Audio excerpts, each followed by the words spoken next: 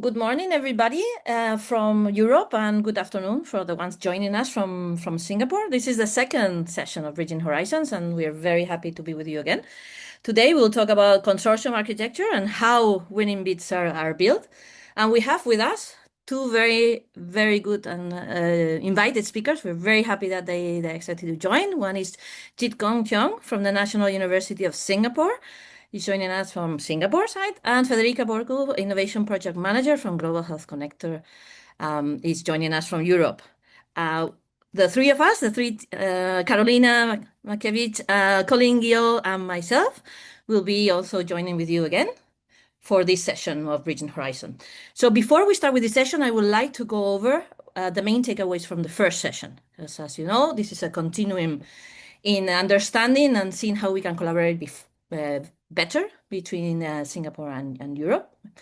The main takeaways from last time was the demand of these sessions, the outcome of this session was more into the matchmaking, improving the matchmaking outcome, and more than just gathering information, despite we will always wrap up with important information. And the top 4 requested services were all about partnering and consortium building. The interest of the consortium was 94%, as you can see, more into building a consortium, and that they are willing to build a consortium, but 74% of them are not currently on one. The two-way corridor show up that in these sessions there was a balanced room between Europe and Singapore, and even wider APAC as well. And the demand really sits where the RIE of Singapore sits, so the Research, Innovation and Enterprise Budget Fund Scheme is sitting, so it's really a good alignment. In precision health, there's a lot of interest to really put Singapore as a global biomed tech biomanufacturing hub, and were the lead themes, but also cancer, which is the theme that we will be dealing with in this session. So the agenda for today would be to really, again, I will do a very brief introduction of this Global Health Connector and Global Health Connector APAC in particular, our platform, and the Bridging Horizon sessions that we just introduced, what they're about, what are the outcomes that we want, and we are agreeing with you in those outcomes. Then we will see about a theory of the anatomy of a winning consortium. We will show proof of that by Carolina, our expert, and global cancer ecosystem led by Federica will also expose the needs and capabilities of such ecosystem. And from JIT, we will hear about National University of Singapore and their needs and capabilities around their cancer ecosystem as well. We will follow with any questions that you can actually put into the chat box along the session. We will deal with those, but we will also participate from the hand of Colleen in the live triage to actually give voice to the rest of you that are attending. So let's go directly to really fast what is Global Health Connector. So Global Health Connector, we really like to introduce ourselves as a strategic partner for Global Health Connector alignments with ambitious goals, momentum to actually accelerate results. So to get impact, to put our words in our acts. We use the word collaboration, so collaboration with action. And I included an extra sentence from the first session to this, and it's how we were described in the event in Shanghai, and they call us the global neutral broker, honest and neutral broker of healthcare experts and expertise. So I was really proud of that description, so I've just took it on here. That's why it's quoted, it's not from me. Numbers matter, so I'm just going to put you a slide here on numbers. Don't hesitate, you'll receive the slides and the recording. But I just wanted to highlight regarding this theme, 20 projects submitted and 230 partners, trusted partners, we work for them and even in repeated occasions. So just get these two numbers and we will move on to the next one to show you the operational hubs. So Global Health Connector changed its name from ECH Alliance, Europe Connected Health Alliance, for a reason, because we became global beyond Europe.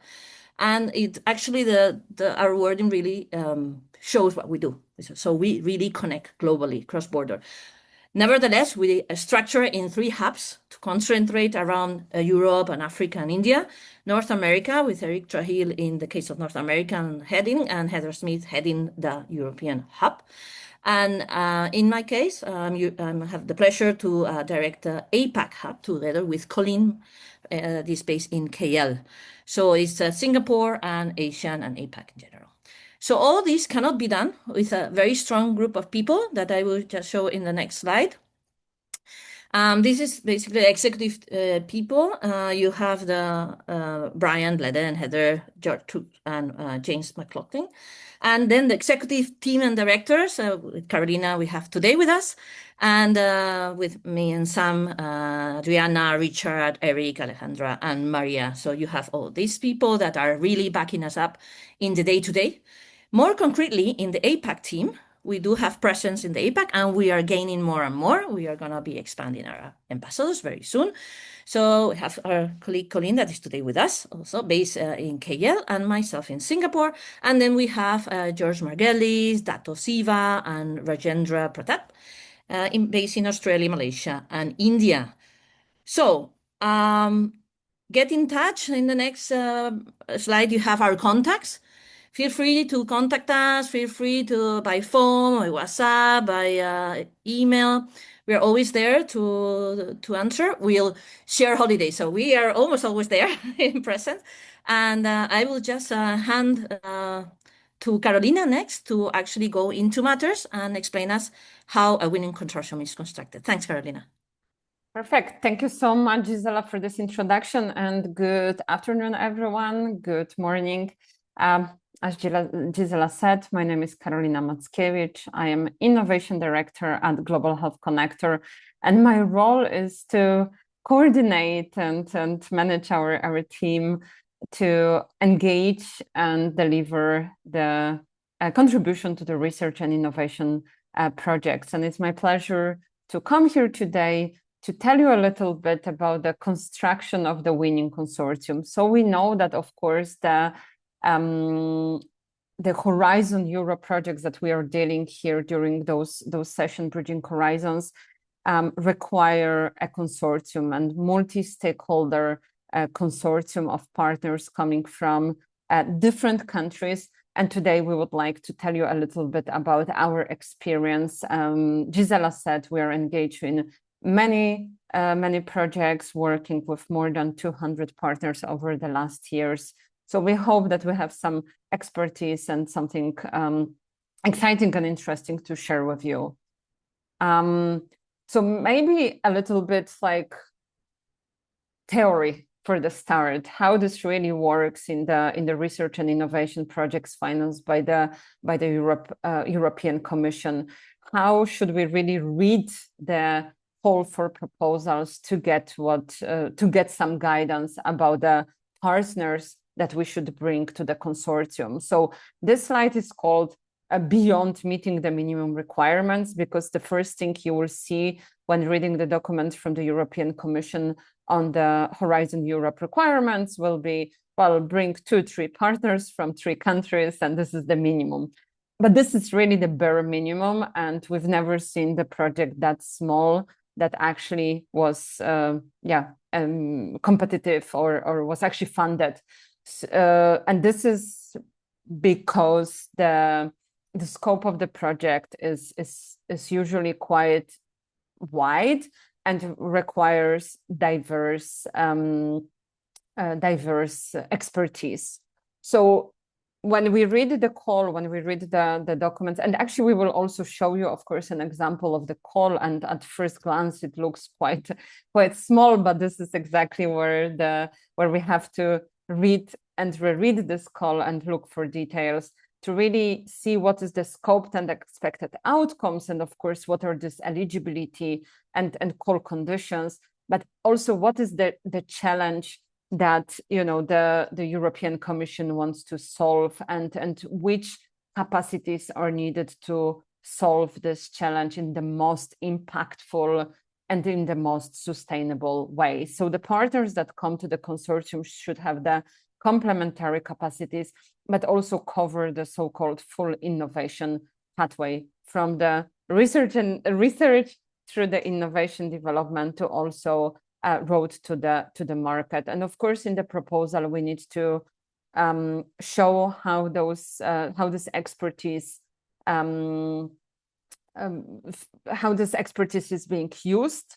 And also we need to demonstrate collaboration. So the idea is not that every partner is just doing their own thing, but we actually work together to deliver the best value, deliver the expected outcomes, and really maximize on the adoption and this word that is being used in the EU-funded projects, exploitation of the results, to make sure that the results developed by the project are actually exploited by the partners and by the wider community.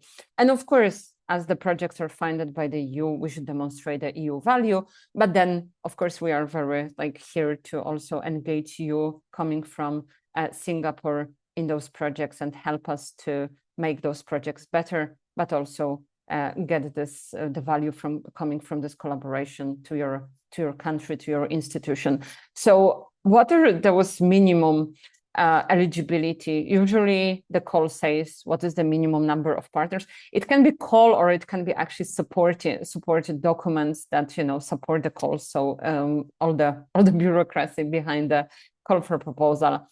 What are the eligible countries? Obviously, all the EU countries are eligible, but then there are some calls that are specific. For example, currently we have a call for some work in sub-Saharan Africa, or there might be some calls dedicated to this certain geographies, certain regions. What are the legal entities? Budget rules, of course. We have some proposals that where the indicated budget is 5 million, some are 2 million, some are 15 million. So that also gives us a little bit of indication how big the consortium should be. Is it 8 partners? Is it 10 partners? Is it 15 partners? And of course, ethics or ethical requirements. But then on this competitiveness side, we of course need to look into really right and complementary expertise, and who has really the capacity to strong research, but also strong implementation capacity. And usually also look for the partners that work on more like that they can also, for example, for the implementation capacities, that maybe it's not a very small partner that works on something niche, unless this specific expertise is needed, of course, but also the partner that can cover lots of grant, I would say. End user involvement. So here we are talking about the patient groups, but also healthcare professionals or other end users as foreseen by the call. Again, European added value, but also again, and I already mentioned this credible pathway to impact. And I will, I think, repeat it also on the next slides.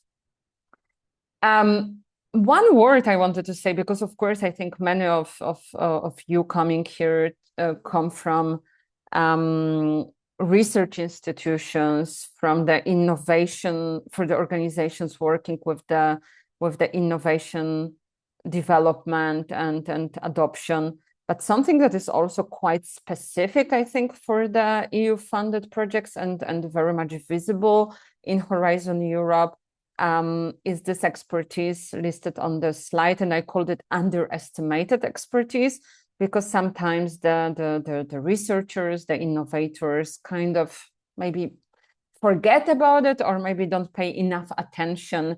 And then we see in the evaluation forms that, for example, the gender aspect or the social science and humanities were not properly covered or described. So we also need in the partnership the partners that will work with or can work with open science, gender aspects. So not only that we have good balance in the consortium between researchers, female and male researchers, but also the partner that can somehow work with the gender aspects, which is super important, I think, for, of course, projects related to health, working with health data, with AI, and so on. Again, the social sciences, humanities, and here also we touch on ethics, ethical ethical elements of, I don't know, use of AI, but also interventions, clinical trials, and so on. Regulatory aspects, of course, and then those exploitation pathways. So really connection to the end users for co-creation purposes. So this is also very important in the EU-funded project. So co-creation with end users, and then also connection to healthcare systems for uptake and adoption. So the result of the project should not only be standalone solution, innovation solution, and it can be a great and so on, but if it doesn't have the connection to the healthcare system for this uptake and adoption, then it can be seen as the weakness. So really thinking from the project development perspective, from the idea perspective, and how we want to do the project, we also have to see who can help us, which partner can help us to connect to end users, can organize co-creation workshops, and then also who can be this connection to the healthcare systems. Of course, when you hear that, you think like, oh my God, then we need 50 partners, because every partner would have to do with this geography, with this aspect, and so on. Of course, we know that partners can cover many of those expertises, and also can maybe not necessarily have the direct connection to the healthcare system, but have the mechanism to connect to the healthcare system or to other stakeholders, have the mechanism to actually mobilize the wider group of stakeholders. And this is very much appreciated. And yes, we will look now, maybe because this is all abstract, and of course it is abstract until you really start working with the consortium and get this, like be engaged. But what I wanted to do, and well, this call will have a little bit focus on cancer. This is, or we will use cancer related projects a bit like as an example. So here I choose the call that is currently open with the deadline in September. Virtual human twin models for cancer research. So this is, you see here the title of the call, and then also so-called call ID, so the number of the call. And when you open the EU portal, I'm sure that many of you know it already. It is called EU Funding and Tenders Portal, where all those calls are really published. Then this is how it looks like. I think it's pretty clear. Exactly, it shows the deadline. It shows this is open for submission. It shows you what type of action it is, research and innovation. And this is like the basic description of the call, something that will guide you through the development of the call, where we have the topic description, expected outcomes, and scope. And already here in this first 3 bullet points, you have some information that will guide you to for whom is this call. You have, even if I just read the first two words from each of the bullet points, right? We have researchers of different disciplines, healthcare professionals, and researchers. And then researchers, healthcare professionals, innovators, and citizens. So this is already the basic guideline for who should be engaged, which partners with which expertise should be engaged. And of course, when you reach citizens, it's not that we are able to engage the citizens, but we are able to engage the organizations that represent citizens or can reach out to citizens. And that's probably for exactly those co-creation, piloting purposes. And then, of course, we will not go deep into that, but this is for you to show how the call looks like, and where to look for those key words. But of course, you need to read it, reread it. This is not a tender. This is not call for tender. So things are not exactly prescribed. This is call for proposals. Usually many projects, 2, 3, 4, 5 projects will be funded under each call. So there is, of course, like room for diversity. Just if, Colleen, you can scroll up a little bit just to complement this a little bit more. You can also see that on the left side, there is this internal navigation. So I will not go to this, but just to let you know that there is also conditions and documents, topic updates, and partner search announcements. So there is also this partner search announcement function where you can read who is looking for partners and also let the others know that you might be interested in partnership. But of course, we are also here as Global Health Connector, as your partner search platform. So let's come back to the presentation and unpack this a little bit. And I will maybe not go into like details on this, but general, like deeper look into this call can give us this matrix. So for what is required by the call and what is the typical partner profile. So for each of those calls, even if maybe the researchers were not mentioned in those 3 bullet points, of course, we need the scientific leadership. This is research and innovation project. So we need university, we need Cancer Research Institute, strong institute with the capacities. And then, of course, we need the partner for clinical validation. This is about the digital twin, virtual twins. So we need AI and so on and so forth. So this is how we can unpack the call to understand which expertise we need for that call. And then also on the bottom, you see patient involvement, ethics, legal governance, but also health economics and adoption. And of course, communication dissemination and exploitation. So also the partner that will take care for reaching out to the stakeholders, engage stakeholders, and disseminate all the results, and then also help create this path for adoption. And then, as in the EU-funded projects, the the coordinator is in the center. Is this sun here, and that the consortium is being developed and created around the coordinator, and the coordinator is usually this strong scientific institution. Many of them, of course, have the capacities to run projects of the scale, but this is also not a rule. It doesn't have to be the university. It can also be another partner with the capacity to lead those processes and also administrate the project. And you see the whole all the diverse categories of the partners. So I would say that there is always the room for different kinds of partners in the consortia. But of course, when building consortia, we need to be very clear that we actually look for those complementary expertise and not for friends and colleagues because we want to work with them. Let's look at the next slide for some common mistakes. So many some common mistakes, and again, this is something collected over the years, maybe from our observations and expertise, that maybe there are too many academic partners. Of course, we need the strong scientific expertise, but maybe not too many academic partners, because science is one thing, but then it's also innovation and adoption. Missing end users, so that's quite common, I would say.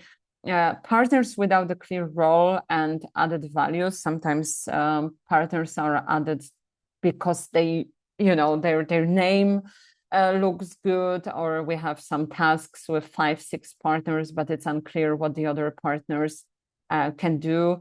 I would say that also we as Global Health Connectors, sometimes we were this partner that the task looked good and it was something that we definitely could contribute to, but then somehow in the year 2 or 3 of the project, it wasn't very clear what exactly we should do. So it's not great from the project perspective, from the budget perspective, but also from this partner perspective to actually be as this peripheral partner without the clear role. It doesn't make that much sense, and it doesn't look good for the evaluators who are very strict and even stricter. Geographical rationales, of course, we should also look into the geographical balance. Often we want to do, a little bit of Northern Europe, Southern Europe, Eastern Europe, Western Europe. That doesn't have to be the only key, but there must be some geographical rationale behind what we are building here. weak exploitation partner, so this partner that should actually work towards the adoption, and the expertise that's not much the work packages. So maybe the partner is good in that, but maybe in the work plan we didn't really show how they will deal with the task assigned. And maybe for the end, some tips for consortium development. So I think collecting what I said before inviting partners, it's good, of course, to map the competencies first, those that are required by the call, but also those we usually work with. We have some group of partners, we have networks, we know organizations, we know the research institutions. So it's good to map their competencies to know who is good in what. Of course, identify gaps in the consortium. So if we build a consortium and we, for example, have 5, 6 core partners, and we know that they're a great base, but who else is missing? And of course, define the work packages for the project so that know actually what you want to do and who is missing, what competencies are still missing. And then, yes, during the consortium building, 1 role per partner, but that's maybe the good tip, but that's also not a rule. Avoid overlap for sure, avoid overlap to avoid conflicts, but also to make sure that the budget makes sense, also that you don't spend the same money twice for the same expertise. And try to keep consortium lean. I think like there is also sometimes consortia are built bigger and bigger to make sure that, you know, politically they look good and that we have the whole ecosystem on board. But maybe, you know, that's not the best way to create value. Maybe there are some other ways. And of course, I mean, I would say that include organization with proper delivery capacity. It's good to work with partners that we know they deliver on time, and they're also simply good partners. And then before submission, to check really if every partner have some clear contribution to deliver, and that those roles and responsibilities are clearly described and don't overlap. And for the end, that this consortium covers the whole pathway from research, co-creation, development, validation to impact. So to sum up, the winning consortium has the clear complementary expertise, strong coordinator, the coordinator that also has the vision, scientific vision, but also admin capacities, and real stakeholder engagement, balanced geographical representations, and partners that collaborate effectively. Of course, we are always happy to welcome new partners. Always, this is very refreshing, but also good to know that the partner has some track record of effective collaboration, and that also is able to take a role and work towards this impact. And I think this is all from me. So I understand if, again, this was a little bit abstract, but I hope we'll have a chance to discuss and work with many of you to turn this theory into practice with our expertise. So thank you so much. And I will now pass to my colleague and innovation manager, Federica Porco, who will maybe unpack it a little bit, like give some examples from the projects that we are working on to give a little bit, some examples to complement what I said. Thank you, and Federica, to you. Exactly. Thank you, Carolina, for the introduction. Hello, everyone.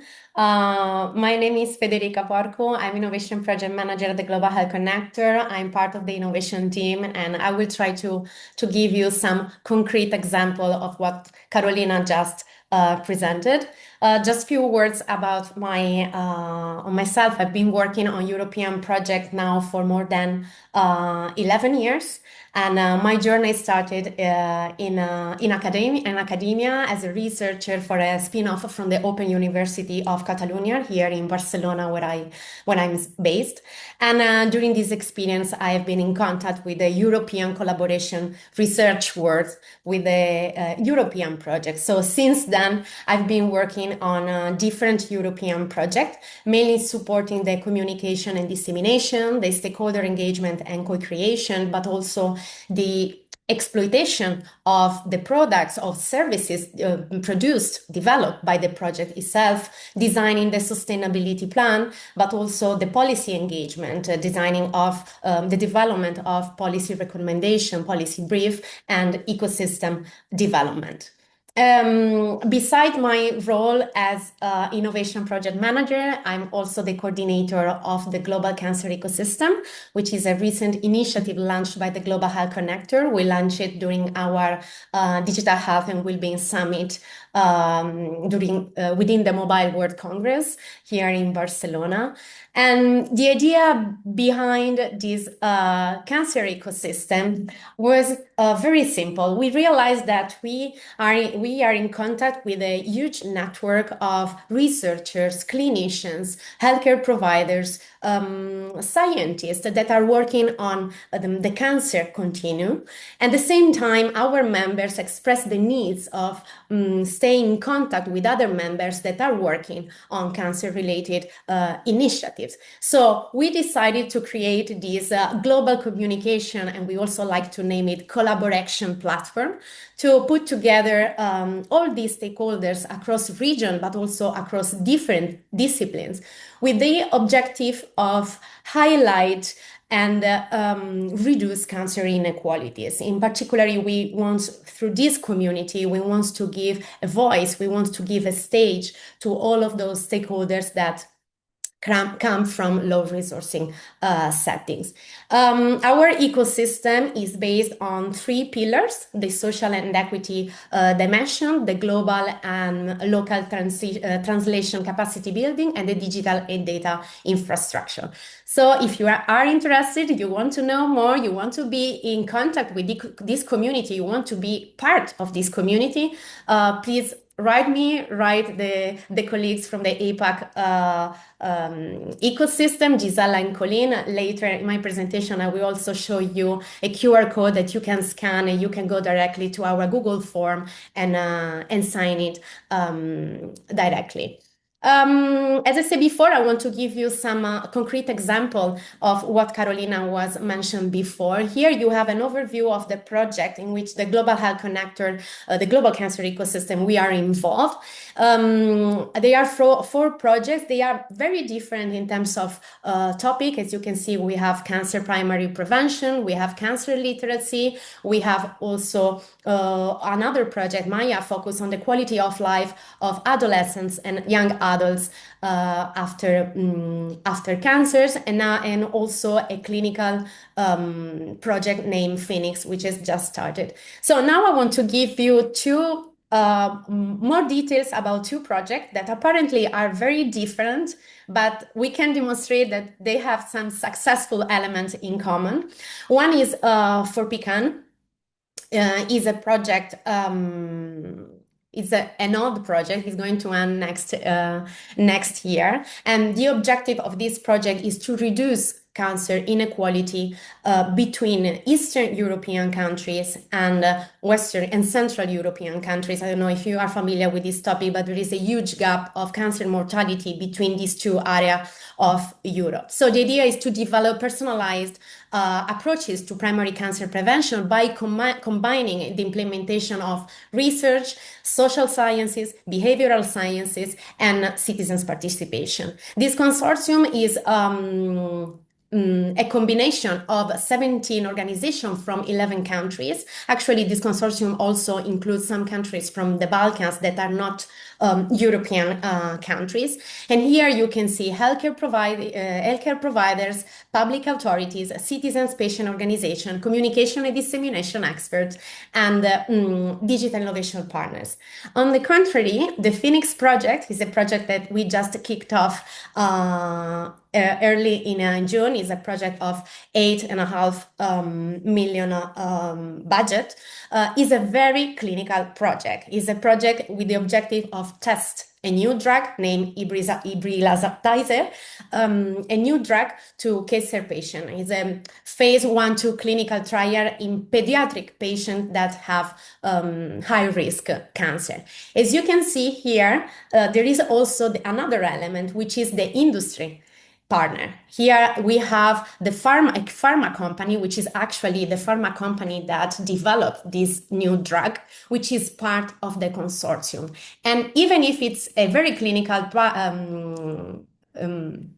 project, this is something that I want to highlight because seeing the presentation of Carolina, I've seen that one of the missed part is some consortium miss the social sciences and humanities parts. In this project is present a partner that take care of this, that take care of the social determinant of health, for example, some different study that can support the studies from the clinicians, and some studies that are very contact directly with the patient, but in a different way that complement the work of the clinicians in this project.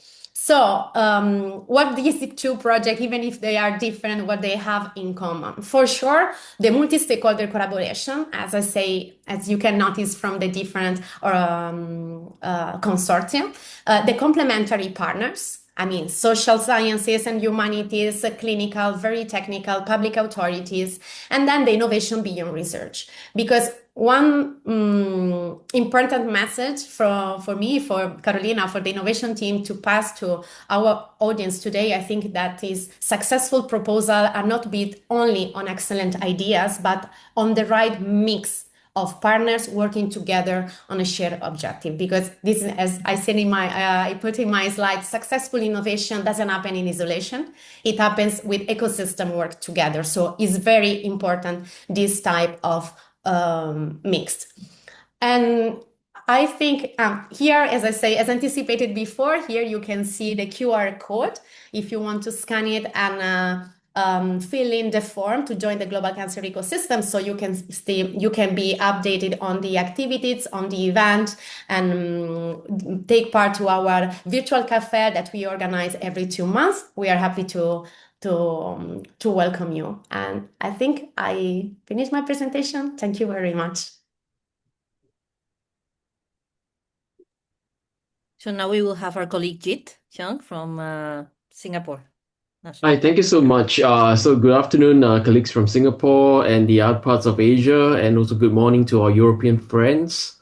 My name is Jit. I would like to really thank also the Global Health Connectors to give me this opportunity to share about work that is done in our part of the world in Singapore, particularly around the National University of Singapore, and focusing on our School of Medicine. So I've been asked to actually talk about some of our needs and capabilities, and hopefully we'll be able to make a very good alignment to have shared projects with our European friends and researchers.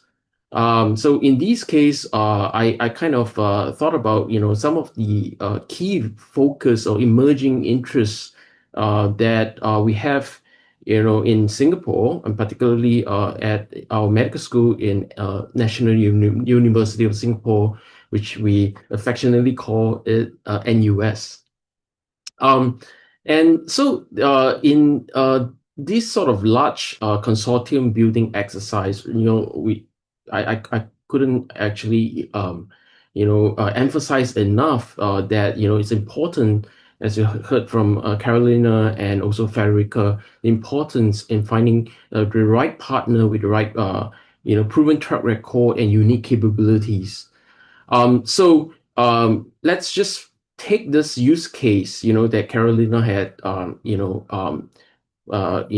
talked about in the case of the Horizon Europe Cancer Mission, initiatives and grant calls, is that we have capabilities obviously in Europe and also in our part of the world, in particular at the National University of Singapore ecosystem.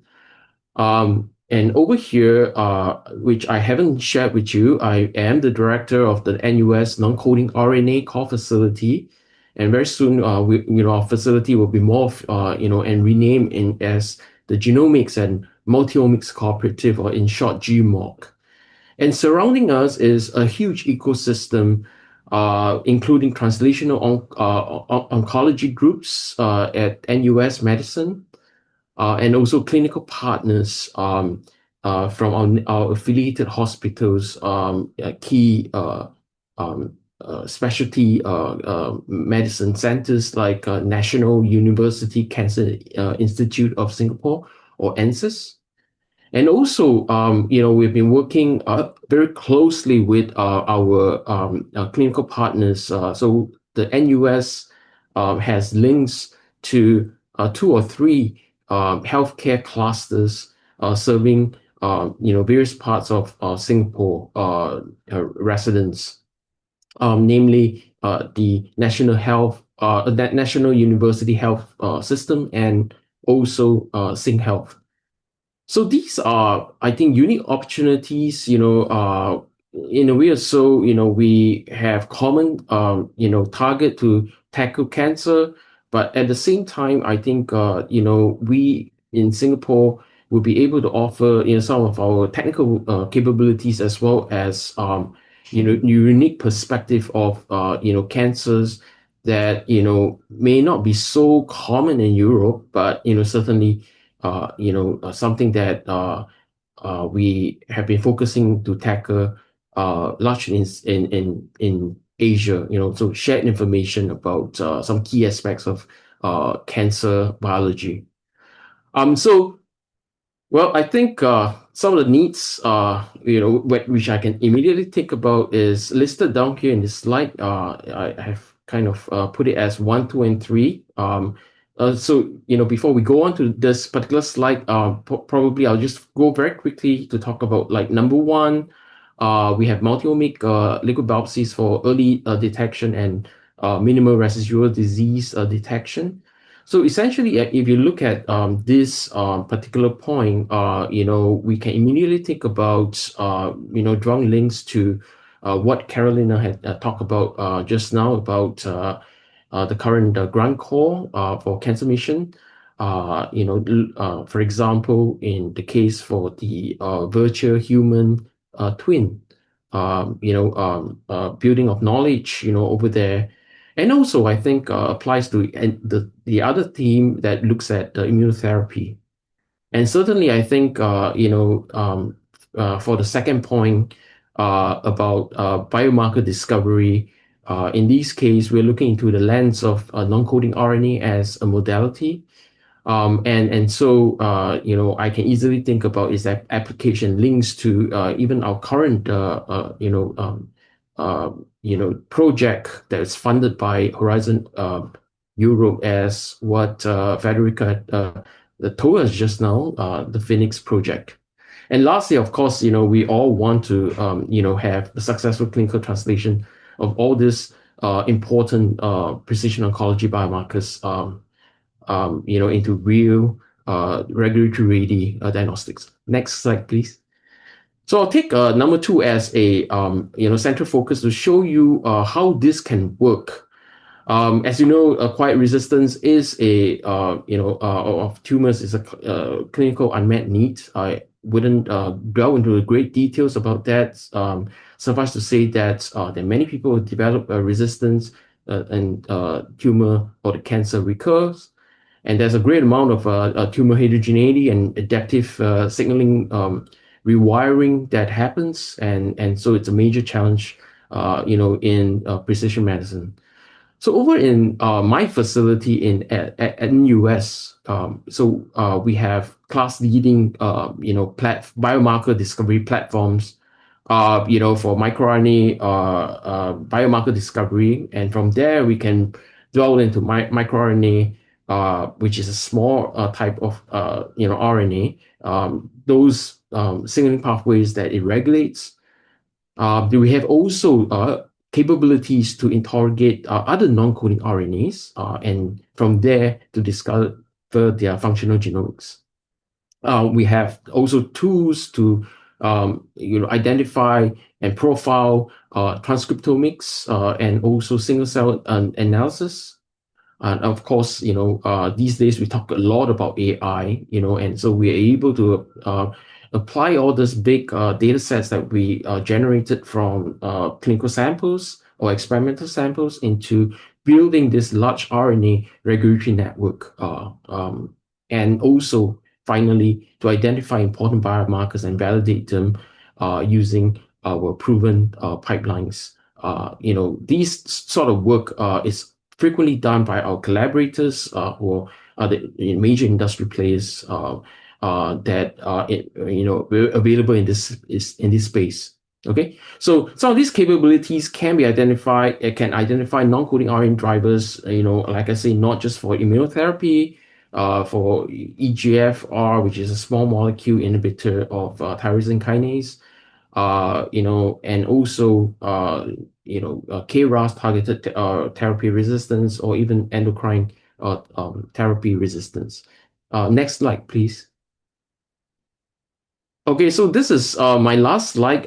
So how does it align well with Horizon Europe funded consortiums in Europe? I think alignment of vision is important. We all wanted to understand cancer objectives, the functional genomics calls, for example. I think good alignment there, and also lastly the precision oncology initiatives that uses some of these technology platforms like transcriptomics, spatial biology, single cell profiling, and also systems biology approaches. There is a website called CODIS, which I think is very useful. You can certainly Google for it and look at the details in there. So if I may just table an example to help to unpack what I've said just now. From our perspective, I think building an atlas, a non-coding RNA atlas of, say, therapy resistance is actually very important. And, Europe, Singapore can form consortium, looking at generating this longitudinal single cell and spatial transcriptomics maps of resistant tumor and developing non-coding RNA guided therapeutics intervention strategies, which you can see that I've summarized in this figure that I presented below these wordings. And again, thank you for the opportunity. I love to interact with you all. If you have any other questions, please feel free to email me, contact me. We have a QR code here, about the lab and also our facility website. Thank you. Thank you. Thank you very much, Jit, and thank you all for your presentations. And now I would like to invite all of our attendees, our live attendees, to participate to our live triage, which is starting now. On the screen, you will be able to see a QR code. We also put a link to the Mentimeter directly in the chat, if that's easier for you. But yeah, after 3 presentations, very interesting. Let's have a little bit of a more concrete and interactive session, and I'm happy to do this live triage for you all. So let's give you a few seconds for you to have the time to join this Mentimeter. 1 more minute, and then I'll share the screen. And I will just jump in here and ask you if you have any questions, then please use the Q&A box on the bottom. And we will, while we are doing live triage, we will also monitor the Q&A space and try to respond to as many questions as possible. Thank you, and back to you, Colin. Thank you. Okay, so let's get started with the first question, and here you have it. First of all, among you all 16 people who are listening to us currently, where are you based? Where are you from? Are you based in Singapore? Are you based in the APAC region or in Europe? You can still respond if you haven't already. You still have the QR code.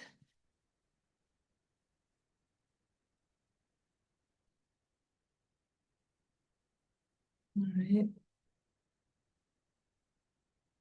Okay, Singapore back in the race.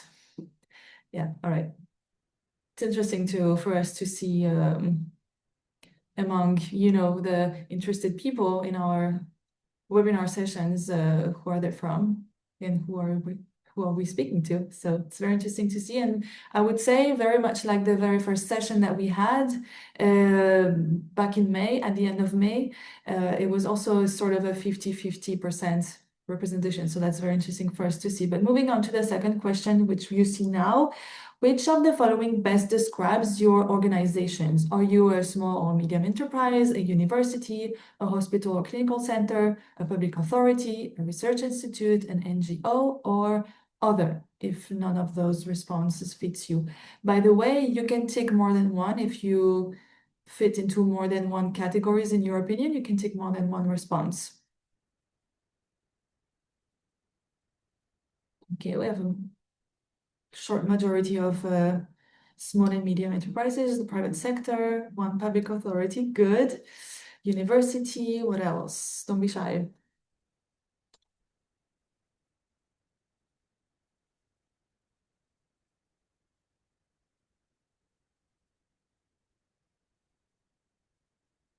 Okay. Okay, let's moving on to the next question. Who are your closest collaborators? And this is an open question. You can write down with your own words, in your own sentence, who you work with most in your organization. Who do you collaborate with? Do you collaborate with other universities, other hospitals, fellow, I don't know, small and medium enterprises, patients organizations, civil society organizations, anything?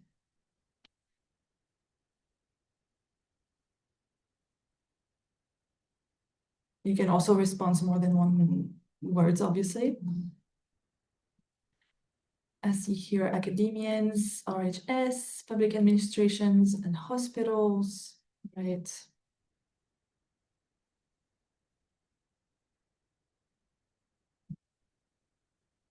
Again, range of hospitals, universities, SMEs, and user groups. User groups, interesting.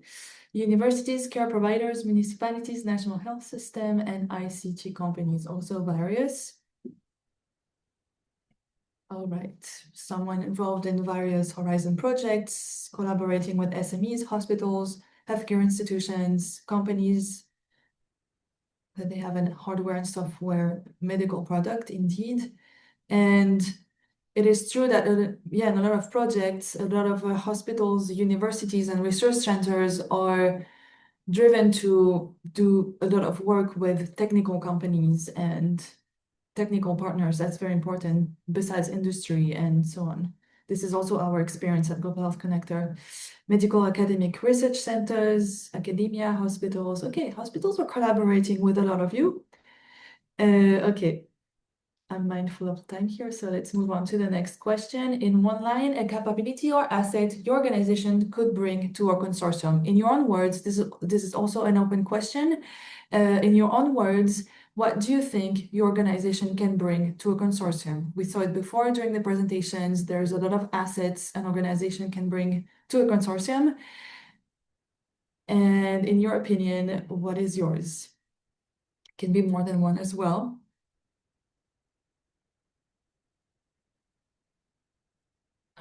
Obviously, there are some open words, right? We're adaptable, we collaborate with people from different countries and so on, but also more precisely, we're doing this type of product, we're doing this type of research, and that could fit in a consortium. So, yeah.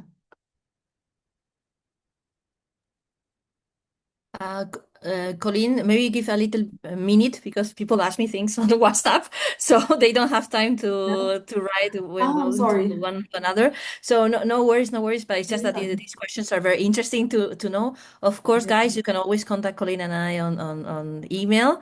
But yeah, feel free to write to write the answer. Okay, so let's see what we have already. What is your asset? Knowledge and experience. We create digital healthcare innovations to improve the efficiency and effectiveness of healthcare pathways. Indeed, quite more specific. Solid tech expertise in healthcare, innovation in healthcare, well connected with US, EU, and APAC. Very nice. There's a business mindset here that is an asset and value creation perspective, alignment with investors and corporations. Let's see, understanding of Singaporean stakeholders, facilitate public and private collaboration. Yes, all of this is also of value for stakeholders engagement. We also say that in every project, with all the different members of the consortium, we're trying to reach out to as many and more stakeholders groups. So it's always good to have partners that can facilitate this collaborations with different stakeholders. Should I leave another minute, Gisela? Do you think people are still responding? Yeah, just Oh, give they me are. 30 seconds. Yeah, that they're responding. Just 30 seconds. Yeah. Experience and understanding of Singaporean stakeholders, business mindsets, novel techs. Yeah.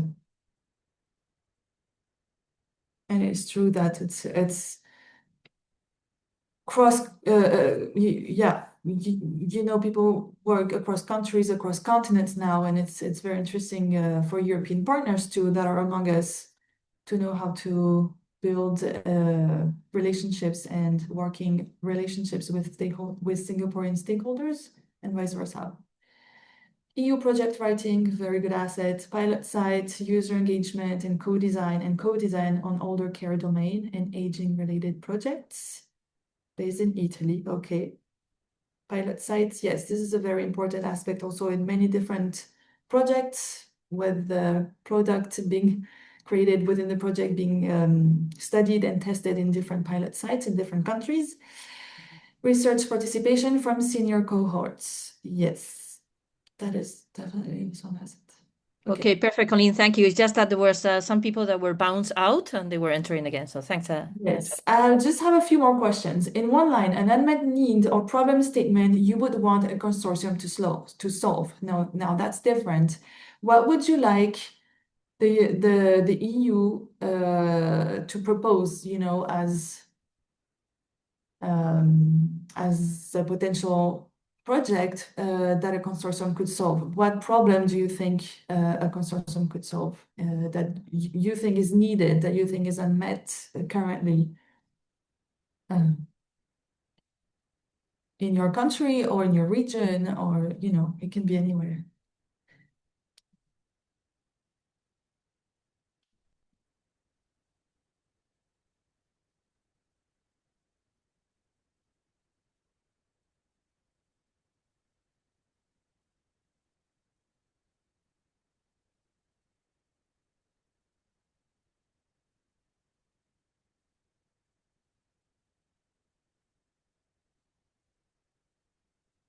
So in your opinion, what is an unmet need or problem a consortium should solve? Cross-border regulatory framework and data exchange, yes. Able to own your health data in order to use AI and all the research papers, clinical trials. This can be a lifesaver. Very interesting, very specific. Number one, shrinking healthcare workforce. That is an issue that I believe many countries face currently across continents. Housing adaptation for older people and prevention/active aging. Yes, this is something I've seen before, actually, very interesting. How to improve the productivity of domiciliary care workers to improve care for citizens. Also very specific, very interesting. let's leave you maybe 1 more minute, and then I'm very mindful of the time. We'll probably go a little bit over time if that's okay with the rest of the panelists. Be able to harmonize protocols for living labs to be able to exchange outcomes. All right. What else do I have? Very simple, very easy to tick. Which roles would you most likely play in a consortium? Would you be a coordinator, a work package lead, a clinical validation partner, a technology provider partner, end user organization, the communication and stakeholders engagement and sustainability? You can tick more than one. These are typically the areas of work and expertise that are needed in a consortium, in a successful consortium. We have technological partners with us. That's very appreciated. Stakeholders engagement too, very nice. This is quite spread out.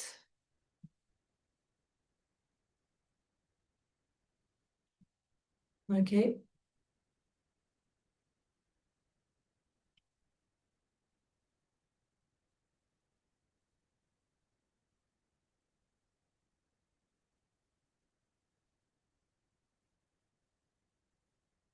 Okay, very interesting. We put work package lead because this is a very important role within a consortium, but of course you can be a clinical partner and also be a work package lead or a sustainability partner specialized and be a work package lead as well. So you can tick more than one.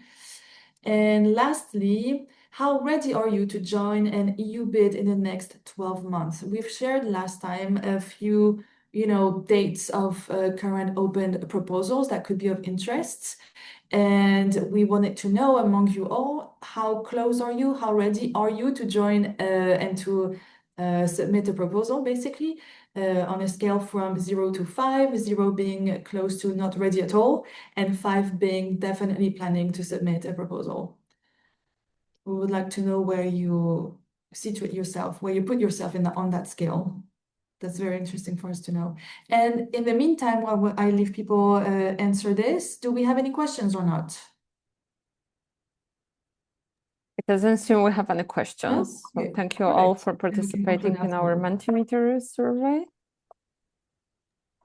Maybe this last question, if you can answer, well, most of them have answered, but based on the fact of how ready you are, considering you may join forces to get help and support to really plan. It's more how ready you are mentally to go for it, and then we will help you prepare as well. So I think that's the last question, Colleen, if I'm not It wrong. is the last question, and it's interesting because apparently a majority of you are very close to definitely planning to submit a proposal, which is very interesting. And we can definitely conclude here that among our live attendees, there's definitely an interest about this topic, but also like an active, an active plan to join a consortium. So we wish you the absolute best in this endeavor. And let's see, we hope to meet you as well in our next sessions that are planned in this Bridging Horizons webinar series, the next one being on 27th of August. So save the date in your calendar. Check out our website also for the registration links. This is something that will be sent to you also later by email. And register and join us. And this will be a very good session to complement the first two that happened already. This one will be also free to access as a recording on the Global Health Connector website. And we'll send you the recording in the coming days. And with that, we thank you very much for your participation. Reach out to us, send us a message, send us an email if you have any questions or follow-up questions for us to address. And thank you all very much for joining. Thank you so much for our panelists for joining the panel today. It was Thank you really very much. a pleasure to have you. One And we'll last see thing, you on the next one. because Colleen, I told her I don't know if I will be able to resist, so I'm not able to resist. But Colleen very nicely said that there's opportunities. We are not only doing this seminar, so thank you also to the ones that have joined for the second seminar and joined the first one. I see some familiar names, But also there's going to be, we try to listen to you as much as we can. So we shifted a bit the structure. We do it with invited speakers. We want to really present opportunities. And there is going to be an opportunity that we will share with Hans Lim, contact point of Singapore for NRF, a complementary fund, in which we will also communicate to the people that you have accepted to become part of the WhatsApp group. We will also present opportunities of consortiums that are asking for potential Singaporean partnerships. So be attentive, follow us not only in these sessions, but also in the WhatsApp groups and media, and contact us if you want direct information. So thank you so much. People are asking me if they can join the group, WhatsApp group. Yes, I believe one of the questions when you register our Bridging Horizon sessions is to join into the WhatsApp. So if you have said yes, you will be joined. If not, just write to me or Colleen, and we will send you the link of joining. So thank you so much. Thank you very much. See you next time. Thank Have a you. good day. Bye bye. Thank you. Bye. Bye bye. Thank you all. Goodbye.